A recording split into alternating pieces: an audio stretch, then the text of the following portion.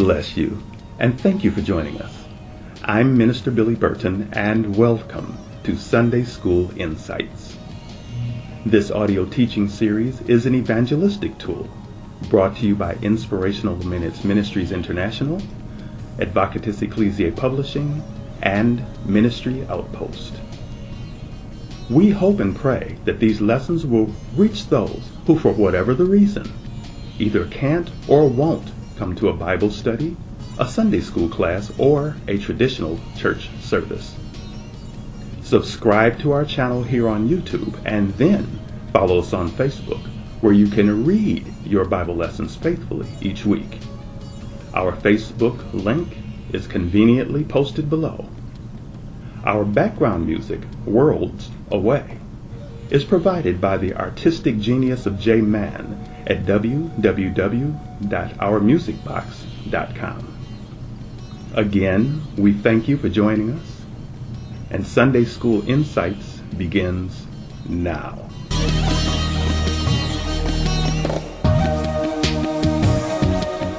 Today's lesson is entitled, A Long, Hard Oppression. Our scriptures are found in the book of Exodus, chapter 1, verses 7 through 22. At the age of 80 years old, Moses was sent by God to free the children of Israel from 400 years of slavery and hard labor in Egypt. As you may remember, the children of Israel are the descendants of Israel, also known as Jacob, son of Isaac and the grandson of Abraham. All of this leads back to the covenant promise that God made with Abraham, known as the father of our faith, who believed the one and only true and living God, left his homeland at the command of God, and turned his back on idol worship.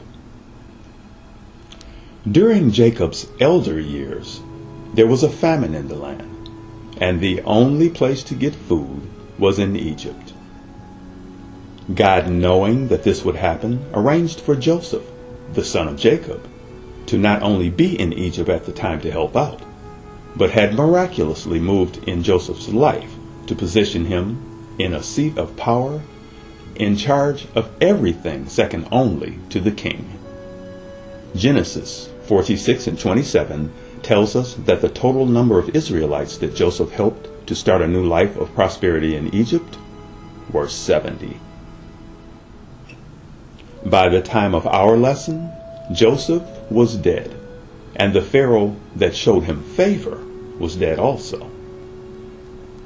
New pharaohs rose up who didn't know Joseph or his God, and the Israelites had grown to be numbered in the millions. Their time of oppression lasted for generations. This was not a surprise to God. He told Abraham about this centuries ago, but he also promised Abraham that he would bring them out and take them to the place that he had promised Abraham. And that is exactly what he was in the process of doing. God never told Abraham, Isaac, Jacob, or Joseph exactly how he would bring his chosen people out of captivity.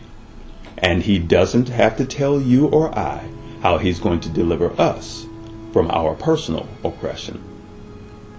God is the promise keeper, and among other things, the master strategist.